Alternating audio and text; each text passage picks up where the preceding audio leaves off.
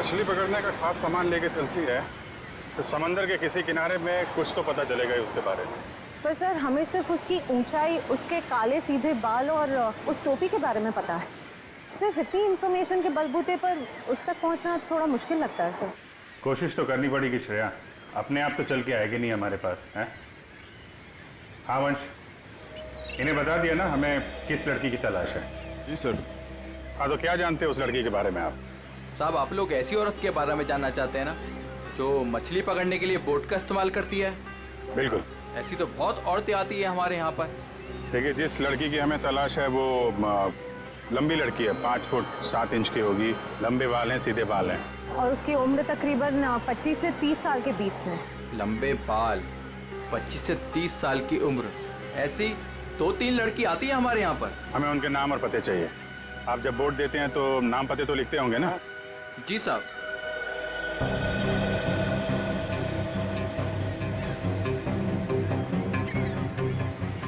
ये तीनों लड़कियां आती हैं 5-6 महीने से हमारे यहाँ पर अपने कुछ दोस्तों के साथ।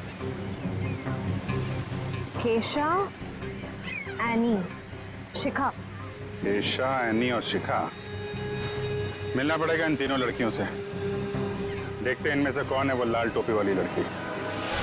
सर, कीकू जी ने टैक्स की चोरी की थी और कुछ लड़कियों के पेमेंट ना देने की वजह से इनकी शिकायत की थी, इसीलिए ऑफिस बंद हो गया।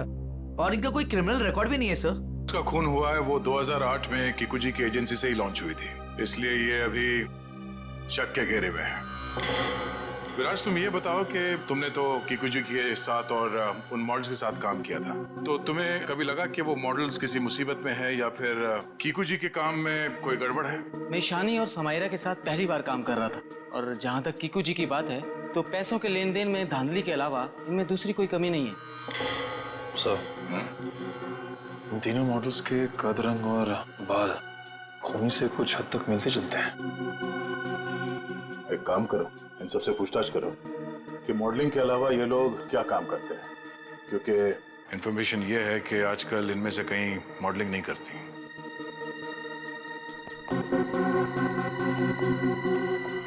एनी, 2012 में आप मॉडलिंग छूट चुकी थी। हाँ। अब आप क्या करती हैं? अभी मैं एक फिशरी स्टोर चलाती हूँ। शिखा, राइट? जी। आप एक प्रिंट मॉडल है, ये तो हम जानते हैं। इसके अलावा क्या करती हैं? मैं कुछ भी नहीं करती। और आप क्या करती हैं केशा जी? मैं मूर्तियाँ बनाती हूँ। मूर्तिकार। ठीक है, थैंक यू।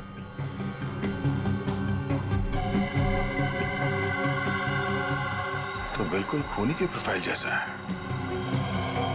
कंपनी का नाम रेड इंक। मेरा शक सही है, इस एजेंसी के मॉडल्स का ही कुछ राज है। सर, एनी, केशा और डॉली, उन तीनों के प्रोफाइल्स कुछ उन्हीं से मिलते जुलते हैं। सर, इनका संबंध मूर्तियाँ बनाने और फिशिंग से भी है। तो इनका प्रोफाइल पेशा दोनों शक के दायरे में है। एक काम करो, इन तीनों को ब्यूरो लेके चलो। सर, खूनी की लड़की ने जिस तरह के कपड़े पहने थे उस तरह के कपड़े आ गए सर। Very good. पंकज, इन तीनों के नंबर्स हैं ना हमारे पास? Yes sir. सेलफोन नंबर्स जरा ट्रेस करो, देखो जब उन दोनों लड़कियों के खून हुए तब ये तीनों कहां थी। Yes sir. जयंती सर। ले जाओ। जी। आप तीनों मेरे साथ आइए। कहाँ? अभी बताती हूँ, आओ।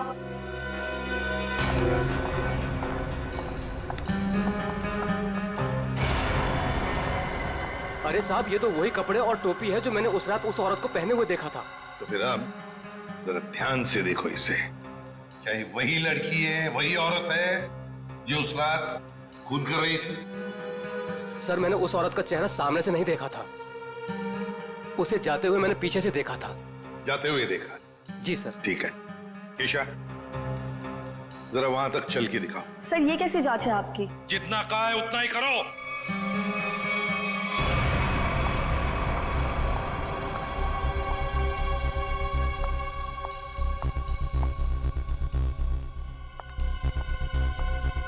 नहीं साहब। नहीं। ठीक है, आप आइए मेरे साथ।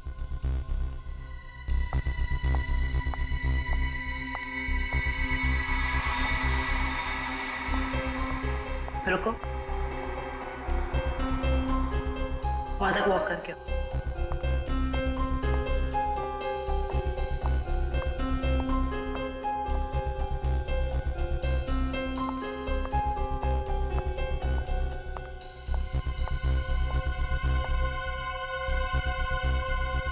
ये भी नहीं है सर। आइए।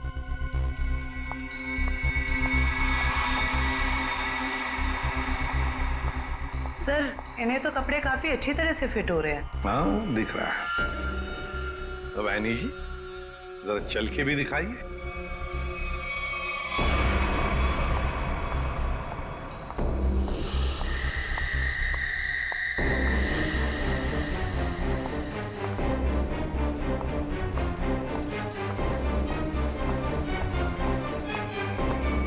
यही है सर, बिल्कुल यही है सर। क्या बक रहे हो?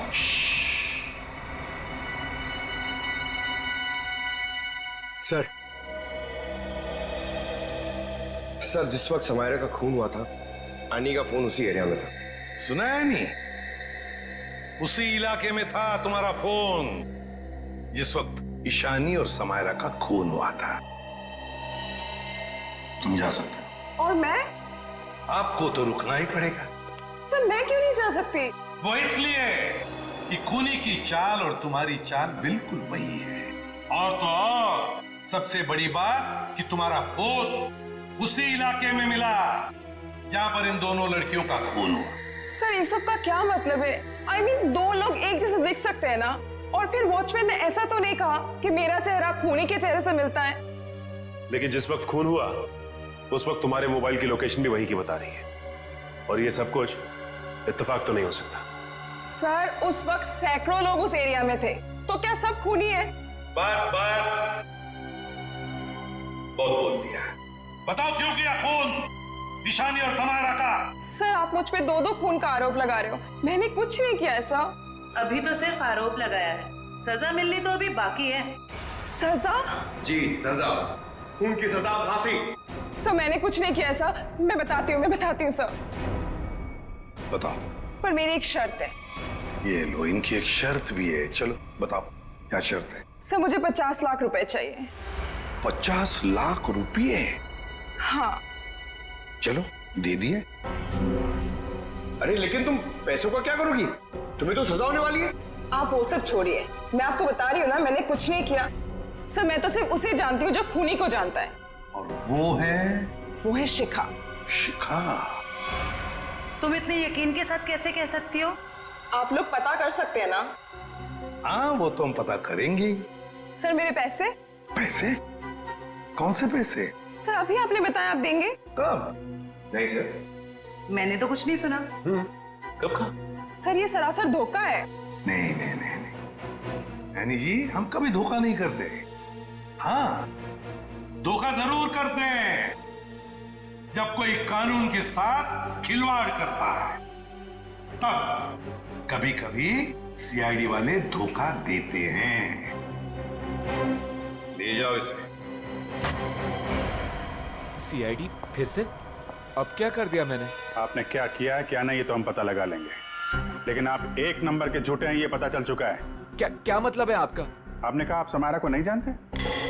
2009 में समायरा ने आपकी कंपनी रेडिंग के लिए मॉडलिंग की थी, सच है? रेडिंग? इसे कैसे ढूंढ लिया आपने? हमें पता चल चुका है। 2009 के रेडिंग के फोटोशूट कैंपेन में ईशानी और समायरा दोनों ने मॉडलिंग की थी, है ना? मैम ये कंपनी मेरे नाम पे तो थी, लेकिन मैं इस कंपनी का मामूली सा छोटा सा पार्टनर था। आप इस कंपनी के असली मालिक से क्यों नहीं पूछते? असली मालिक कौन है? चैताली। आप उससे क्यों नहीं पूछते? चैताली? केस में पहली बार ये नाम आया। कहाँ रहती है वो? ये नहीं हो सकता, ये नहीं हो सकता। अगर सीआईडी को सच का पता चल गया तो बहुत बुरा हाल होगा मेरा।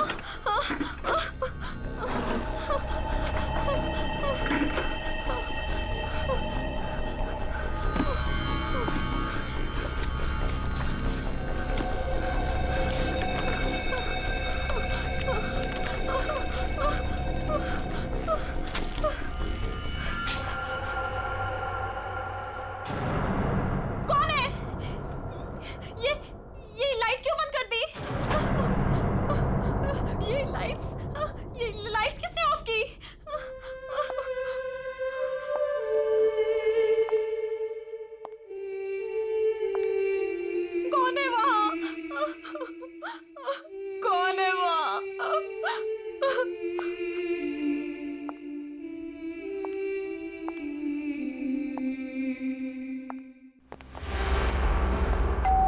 ये शिका सच्चाई बता क्यों नहीं देती?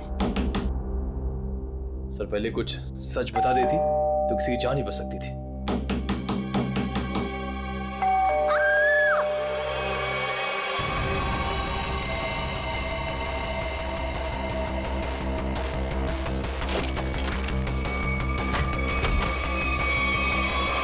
शिका, शिखा, शिका, बचाओ!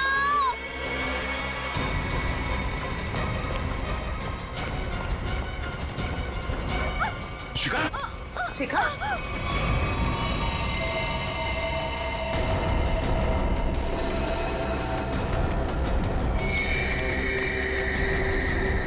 नस कटी नहीं है। इशिता जल्दी एम्बुलेंस को बुलाओ, जल्दी।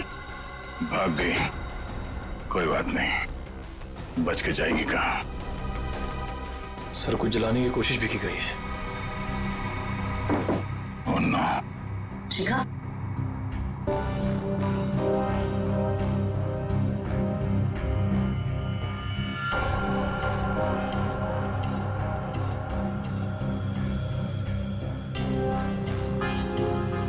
इतना लंबा बाल ये शिखा का तो नहीं हो सकता। ओह, तो भागते भागते बाल छोड़ गई। देखते हैं कहां तक भागती है ये। आइए सर।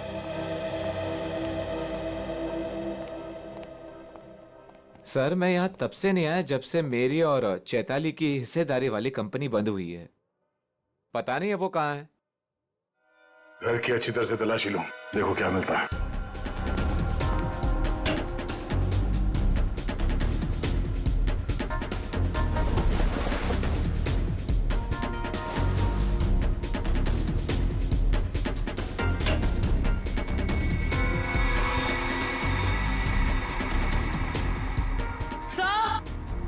आ जाओ दी। सर ये देखिए।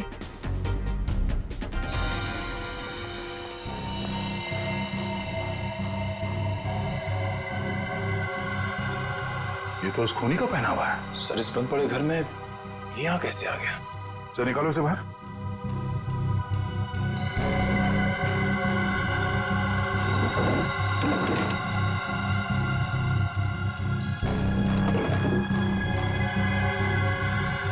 नो,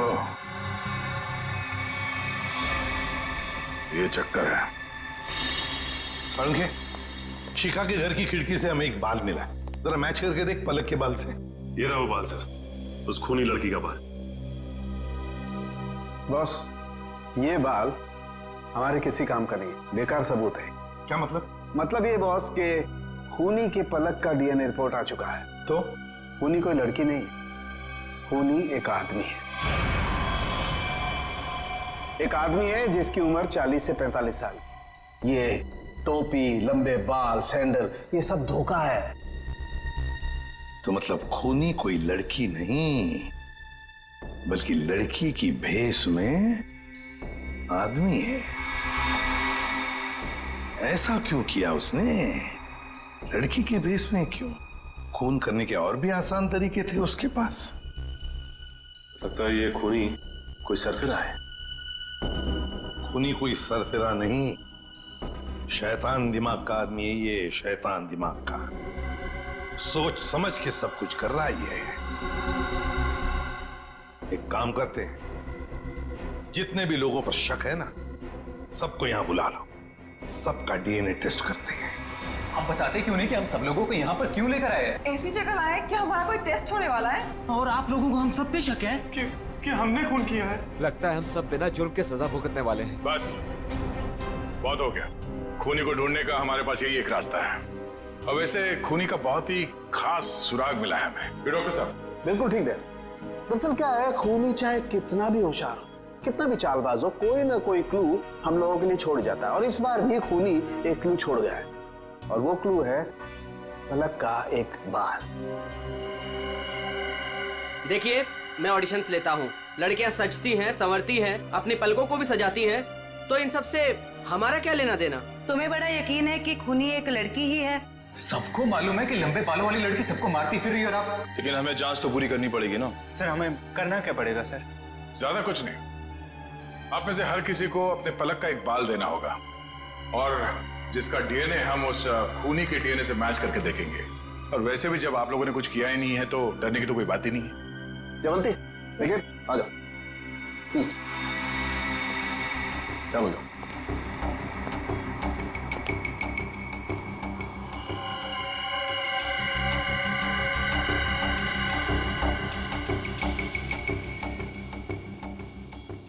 देखिए प्लीज, मेरी तबीयत ठीक नहीं लग रही, मुझे चक्कर आ रहे हैं, मुझसे ये सब नहीं होगा। अच्छा, तुम्हारी तबीयत भी अभी खराब होनी थी? सर आप इस जांच को बाद में भी कर सकते हैं। चलो प्रीतम, मैं तुम्हें हॉस्पिटल ले चलता हूँ, चलो। और चैताली किसी हॉस्पिटल में है क्या? निकल।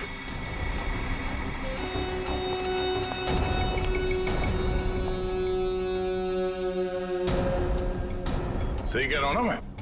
मिस्टर विराज या फिर चैताली का पति कहना बेहतर होगा।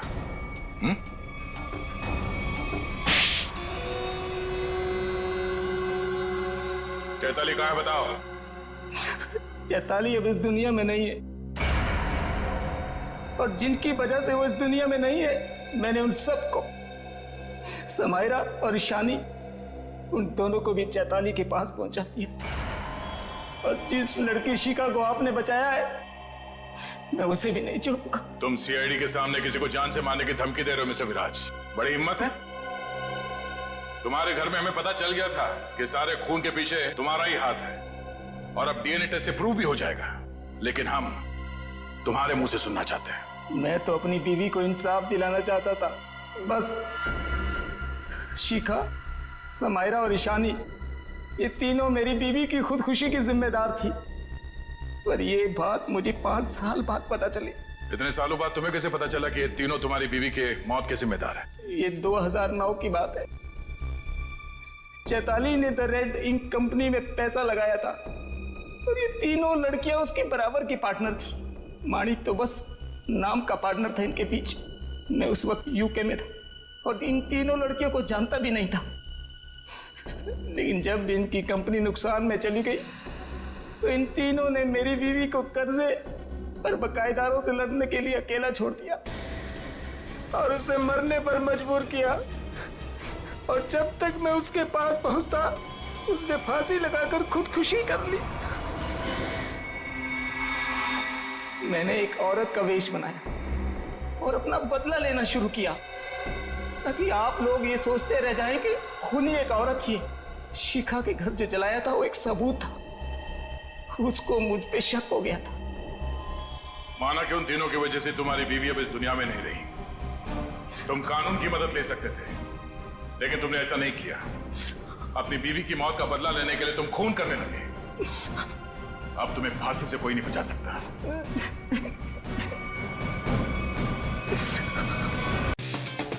और ये सोफा साफ करो इसे। पता नहीं ठीक से करो मेरी मेकअप। मेरा भी पफ दे दो, 2 घंटे से बैठी हूं मैं। दो शीशा। सर, एज पर रिक्वायरमेंट सब चीजें रेडी हैं, बस वो ईशानी मैडम आ जाए। मैडम आ जाए, पता नहीं कब आएगी। जाओ जाकर देख कर आओ। अरे सर, जब वो आएंगे हमें पता चल जाएगा सर। पता नहीं कब आएगी, सबकी बैंड बजी पड़ी और महारानी पता नहीं कहाँ रह गई है।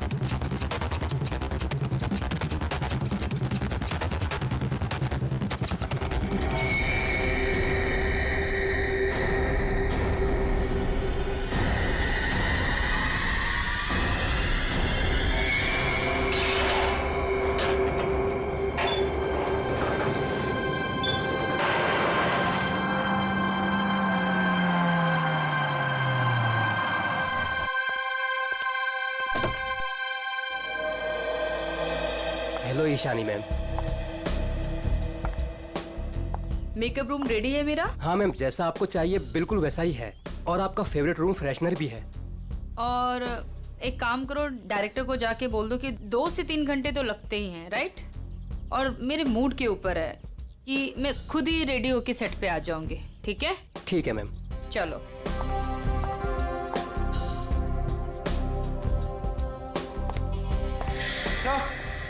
सर, ईशानी मैडम आ गए हैं। आ गई? बीबू जी देख, महारानी के तैयार होते ही आज का पूरा शॉट उसको अच्छे से समझा देना। जी सर। ठीक है, मैं उसके नखरे नहीं झेल सकता। Yes sir. सर अगर उसने मुझे थप्पड़ मार दिया तो खा लेना एक थप्पड़। स्पॉट सुन, ईशानी मैम का जूस और लो कैलोरी दही जल्दी से लाना, नहीं तो वो शूट कैंसिल कर देगी। सुनो, क्या मतलब है ये सब का? तुम लोग इधर उधर भाग रहे हो जैसे कि पता नहीं कोई शेरनी आ गई है।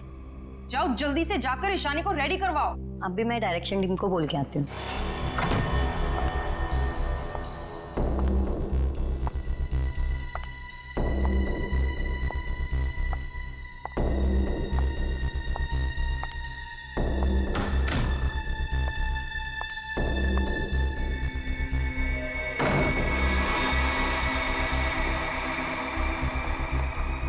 सर, माना कि ईशानी बहुत बड़ी स्टार है, लेकिन हम भी उसके नौकर नहीं है।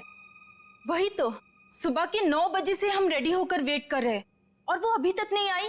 इतना वक्त हो गया, 3-4 बार टचअप हो चुका है। तो क्या करूं यार, एक तो विराट सर ने इस नकचड़ी को 1 साल का कॉन्ट्रैक्ट साइन करवा के मेरे सर पे दर्द करके रखा है, और ऊपर से तुम लोग मेरे सर पर चढ़ रहे हो। प्लीज ट्राई टू कोऑपरेट यार। Cooperate my foot. मैं ईशानी के नखरे और बर्दाश्त नहीं कर सकती हूँ। मैं जा रही हूँ यहाँ से। मैं विराट सर के चेक्स वापस कर दूंगी, लेकिन मैं ऐसे काम नहीं कर सकती हूँ। बाय। अरे मैडम रुके, अरे सर आप ही रोके समायरा जी को। अगर आज शूट नहीं हुआ ना तो विराट सर सबकी छुट्टी कर देंगे सर। जाने दे उसको, एक ईशानी 100 सुमेरा के बराबर है।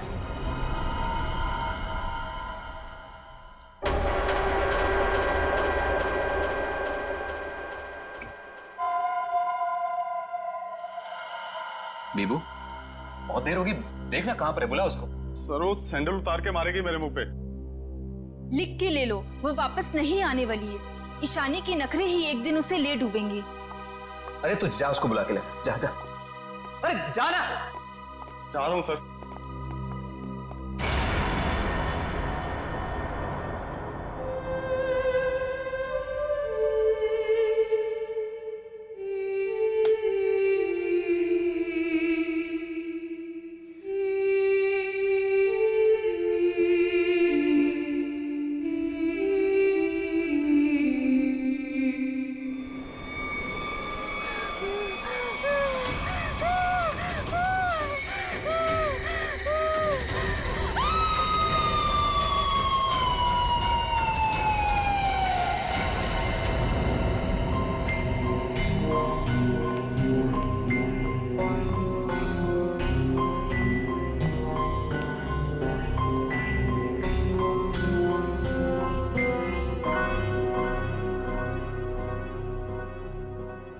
मैम, मैम आप रेडी हैं तो मैं अंदर आ जाऊं?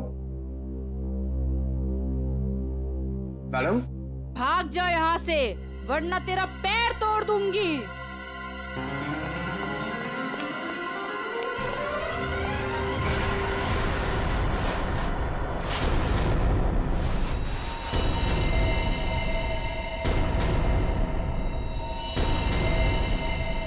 नहीं, उसने कहा भाग जा, तो भागकर मेरे पास आ गया। अंदर जाने की हिम्मत नहीं की। उनके बिना बोले मैं अंदर कैसे जाता? आप नहीं जानते सर, गला दबा देती वो मेरा। 3 घंटे से वो तैयार हो रही है, यहाँ शूटिंग का टाइम निकला जा रहा है और तुझे अपने गले की पड़ी है। मैं देखता हूँ, चलकर चलो।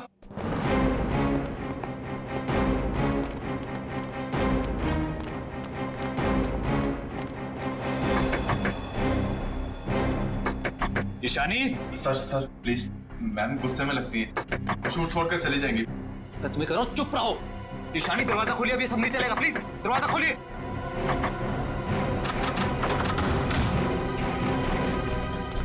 अरे मैम ये हेड क्यों पहनी आपने? ये तो ब्रीफिंग में है ही नहीं। मैम ऐसे बैठे क्यों हैं? क्या अकड़ है इस औरत के अंदर। ईशानी जवाब दो, हमारी तरफ देखो। ईशानी, ईशानी।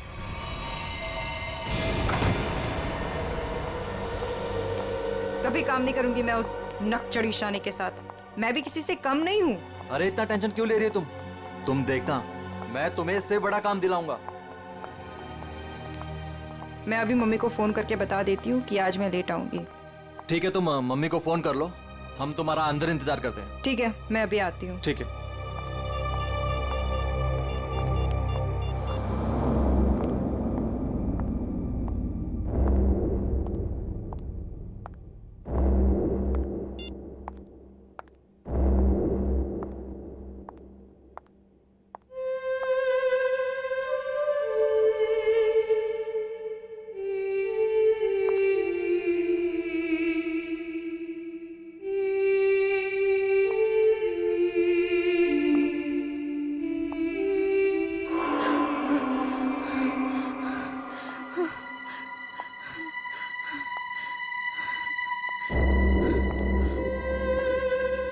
कौन है?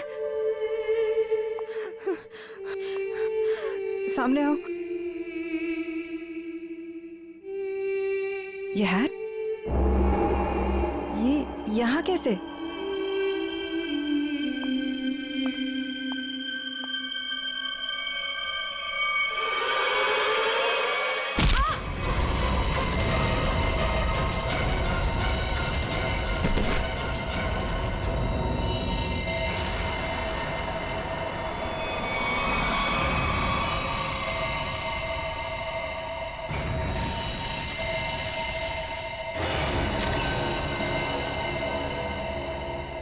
बेरहमी से गला काट दिया। हाँ सर, ये अजीबोगरीब मेकअप और ये लाल रंग की हैट भी रखी। मारने के बाद इतना मेकअप करता है कातिल, ये लाल रंग का हैट, बड़ा अजीब केस है ये। सर ये मेकअप और सारा कुछ उस कातिल ने ही किया है। अच्छा, आखिरी बार कौन आया था ईशानी से मिलने? मैं गया था सर वहां पे, लेकिन उन्होंने अंदर से ही बोल दिया कि भाग जाओ वरना तुम्हारी टांगे तोड़ देंगे। टांगे तोड़ दूंगी? क्यों? सर एक्चुअली ईशानी अपनी मर्जी की मालकिन थी और वो अपनी मर्जी से ही शूटिंग पर आती थी। अगर गलती से भी उसको किसी ने कुछ बोल दिया तो कभी भी शूटिंग छोड़कर चली जाती थी। सर इसका मतलब काफी लोग होंगे जो ईशानी को नापसंद करते होंगे। ईशानी? क्या हो गया ईशानी को? किसने किया ये सब? आप कौन है आप? जी ये जो एड शूट हो रही थी ये मेरी एड है, मैं मालिक हूँ इस कंपनी में। ठीक है, इधर आइए थोड़ा। अच्छा बीबू, तुम वापस कितनी देर बाद आए थे प्रीतम और लोगों के साथ? सिर्फ कुछ सेकंड्स में, अगर कहें ज्यादा से ज्यादा बस 1 मिनट। 1 मिनट में? 1 मिनट में इतना सब कुछ किया? सर सर 1 सेकंड, यहाँ पे एक फिंगरप्रिंट मिला है और बाकी सब कपड़े ठीक है, मगर बस ये तो देखिए सर, ऐसा लग रहा है किसी ने कैंची से काटा है सर।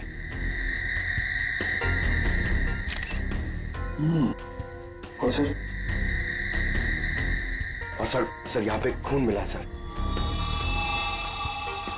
कातिल पहले से ही कमरे में मौजूद था।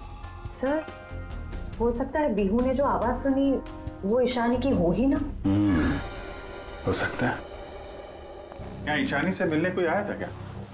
नहीं सर, और किसी को आते जाते नहीं देखा। सर कहीं ऐसा तो नहीं कि खूनी ईशानी के कमरे में पहले से ही छुपा हुआ था?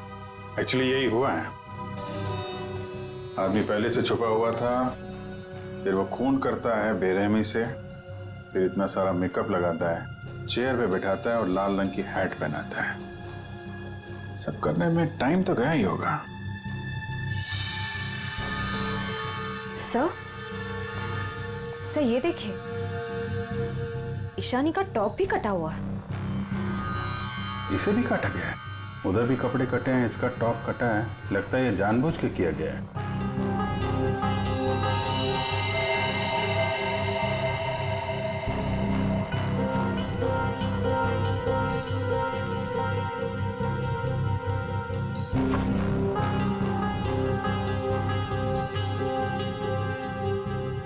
सर ये कॉटन सॉक्स लगता है मेकअप करने में इस्तेमाल किया गया है। वंश, ये सारी चीजें और बॉडी को फोरेंसिक लैब भेजो, तब तक हम लोग जरा बाहर देखते हैं। सर बहुत ही अजीब बात है, किसी ने भी खूनी को आते जाते देखा ही नहीं। आने जाने की तैयारी पहले से कर रखी थी खूनी ने। अपना काम किया और निकल भागा। पर सर ऐसी कैसी तैयारी की होगी कि यूनिट के किसी भी मेंबर ने उसे नहीं देखा? इतना हंगामा हो गया यहाँ पे और ये बैठा सो रहा है। जी साहब। यहाँ से किसी को आते जाते देखा तुमने? साहब मैं तो अभी 5 मिनट पहले ही आया हूँ। 5 मिनट पहले? ये शूटिंग का टेम्पो है ना? हाँ साहब, ये शूटिंग का ही टेम्पो है। तो ये टेम्पो अभी बाहर कब गया था? साहब यही कोई 1:30-2 बजे के आसपास। 1:30-2 बजे? सर उसी दौरान तो ईशानी का खून हुआ था। जब टेम्पो बाहर गया था तुम्हारे साथ कोई और भी था?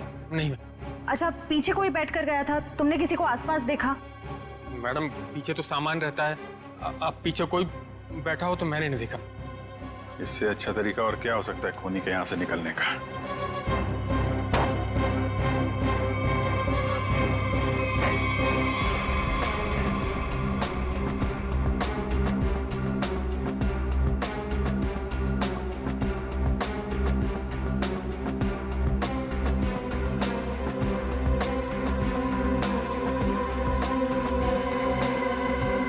पीओपी का टुकड़ा ये यहाँ क्या कर रहा है? शूटिंग में तो कहीं भी धूल मिट्टी थी नहीं।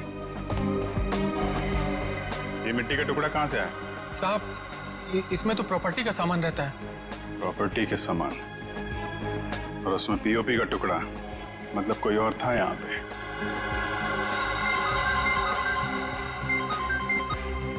हेलो,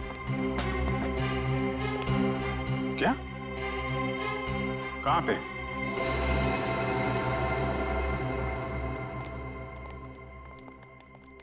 आपने फोन किया था? जी सर, मैं मानिक हूँ, इस दुकान का मालिक। ये मेरे वॉचमैन ने फोन किया था आपको। ये देखिए ना सर, यहाँ लाश है। दुकान खोलो जा। जी सर।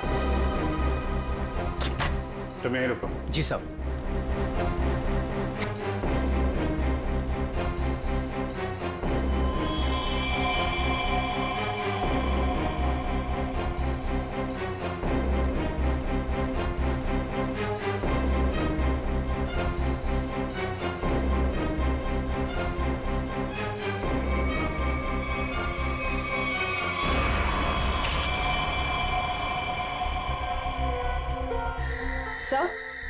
सर इसे भी बिल्कुल ईशानी की तरह मारा गया है। ये देखिए, किसी पतली धार वाली चीज से इसका गला काटा गया है।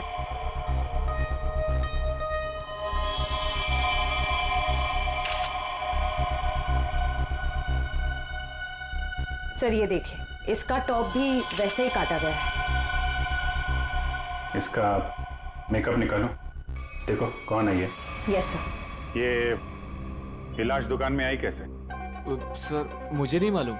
दुकान तो बंद थी ना, आपने ताला खोला है, तो ये क्या लाश अपने आप आ गई यहाँ पे? सर मैं क्या बताऊं, ये सब कैसे हुआ? ये लाल टोपी और इसके कपड़े भी मेरी दुकान की नहीं है, और मैं इस लड़की को तो पहली बार देख रहा हूँ। सर मेकअप निकल गया। ये तो समायरा है ना? इसकी भी मॉडलिंग वाली फोटो हमने देखी थी वहां पे। हाँ सर। ये दुकान की चाबी आपके अलावा किसके पास रहती है? मेरी पत्नी सोनाली के पास, लेकिन वो तो पटना गई हुई है। अच्छा,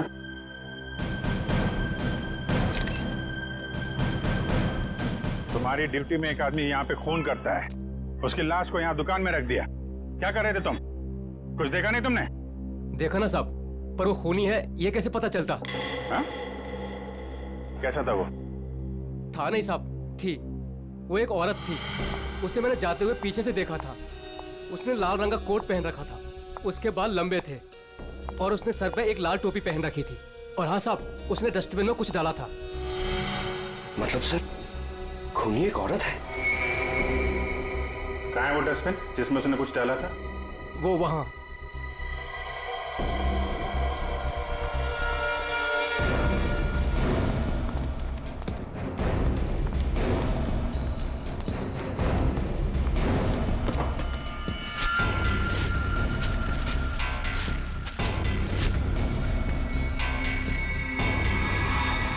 तो ये तो फिशिंग का सामान है, मछली पकड़ने का कांटा वाटा।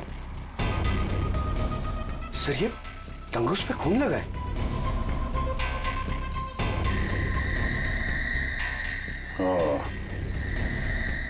लगता है इसी का इस्तेमाल किया गया है खून करने में। भरे दिन के उजाले में शूटिंग पर कोई मेकअप रूम में घुसता है और ईशानी को मार डालता है, और तुम में से किसी ने कुछ भी नहीं देखा और ना कुछ सुना है? ये कैसे हो सकता है? सर एक्चुअली ईशानी की परमिशन के बिना उसके कमरे में कोई नहीं जाता था। इनफैक्ट उसने बीबू को भी दरवाजे के बाहर से ही भगा दिया, और उसके बाद जैसे ही हम लोग गए तो देखा वो मरी हुई थी। चलो सर ये कास्टिंग डायरेक्टर है कीकू। लेकिन सर मुझे यहाँ क्यों लाया गया है? मैंने समायरा और ईशानी का गला थोड़ी काटा है। चुप! तुम ही हो कास्टिंग डायरेक्टर हो ना, जो ईशानी और समायरा को जानते हो उनके मॉडलिंग की शुरुआत के दिनों से। जी सर। और विराज की शूटिंग पर तुमने ही भेजा था ना उन दोनों? हाँ सर। मतलब तुम अच्छी तरह से जानते थे कि वो कब और कहाँ मिलेंगे। देखिए सर गलती हो गई, अब मैं किसी को कहीं नहीं भेजूंगा। दरअसल 5 साल पहले ही मैंने वो काम छोड़ दिया था। 5 साल पहले काम छोड़ चुके थे? कुछ लड़कियों ने मेरे खिलाफ केस कर दिया था, उस वजह से मेरा ऑफिस भी बंद हो गया। तो फिर कल तुमने ईशानी और समायरा को विराज के शूट पे कैसे भेजा? दरअसल दोस्ती दोस्ती में विराज के शूट पर उनको भेज दिया था सर, लेकिन इन सब से मेरा कोई लेना देना नहीं है सर। फिलहाल तो हम मान लेते कि तुम्हें कुछ नहीं मालूम, तुमने कुछ नहीं किया। लेकिन एक बात याद रखो, अगर जरूरत पड़ी तो तुम लोगों को हम फिर से बुला लेंगे। जा सकते हो तुम।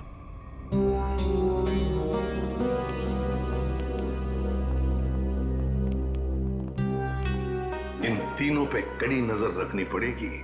देखो वो कहां जाते हैं, किस किस से मिलते हैं, क्या क्या करते हैं। सर लेकिन खूनी तो एक लड़की है ना? हाँ खूनी तो लड़की है, लेकिन खून करने में किसी लड़के का भी तो इस्तेमाल हो सकता है।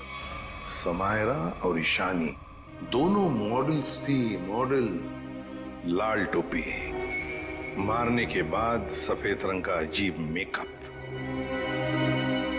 मारने के लिए फिशिंग का सामान, और फिर उन दोनों खून में सब कुछ बिल्कुल एक जैसा।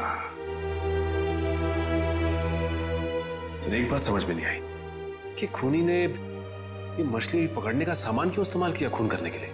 सर बहुत ही अजीब है ये खूनी, और एक ही दिन में 2 मॉडल्स को मार डाला इसने। पता लगाना पड़ेगा कि समायरा और ईशानी दोनों मॉडलिंग के अलावा और कुछ करते थे या मॉडलिंग करने से पहले क्या करती थी। इन दोनों के बीच में कोई संबंध तो नहीं था, पता लगाना पड़ेगा। सर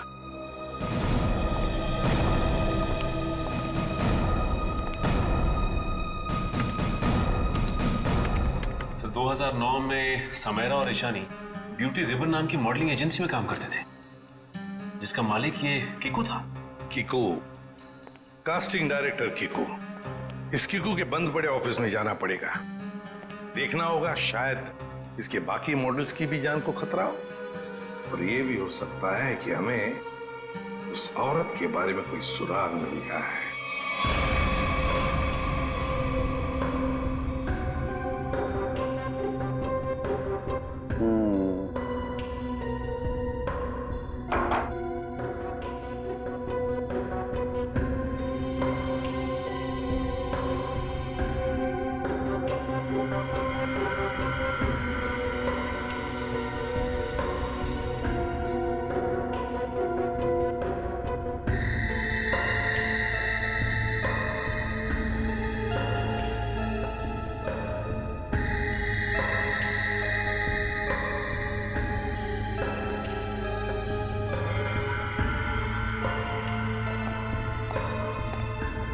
सर हमारा शक बिल्कुल सही निकला। खून करने के लिए इस्तेमाल किया गया ये हथियार एक खास तरह का फिशिंग किट ही है।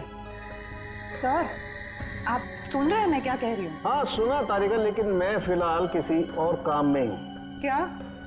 खूनी का कद नापने में। अरे वाह साळुंखे, खूनी के कद का पता लगा लिया तूने?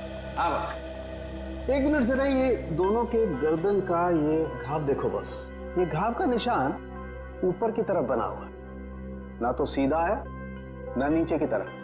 मतलब खूनी ने तार से इन्हें ऊपर की तरफ खींचा। इसका मतलब साफ है खूनी की ऊंचाई इन दोनों से ज्यादा थी। मतलब सर वो खूनी औरत इन दोनों से लंबी है?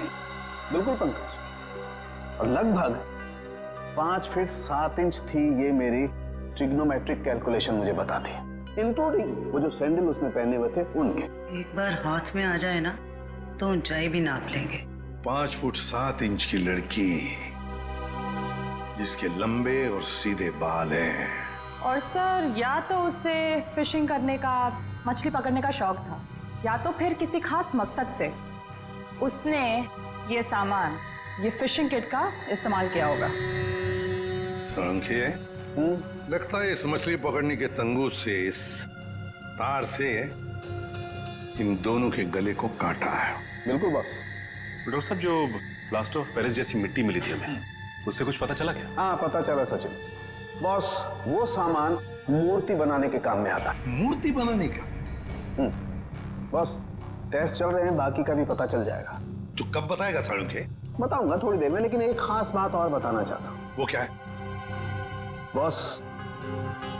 बॉस, ये देखो, ये है वो तार जिससे खूनी ने इनका गला काटा। खूनी जब इनका गला काटने की कोशिश कर रहा था, इन लोगों ने अपने बचाव में हाथापाई की होगी। उसी झड़प के दौरान खूनी का पलक का एक बाल मुझे इस तार पर से मिला है। तो मतलब तू अब इस बाल का डीएनए टेस्ट करेगा, है ना? करना ही पड़ेगा। एक खूनी लड़की जिसका कद 5 फुट 7 इंच है, जिसके सीधे और लंबे बाल है, जिसे मछली पकड़ने का शौक है और शायद मूर्तियां बनाने का भी। बस इतना भी काफी है हमारे लिए इस लड़की को ढूंढने के लिए।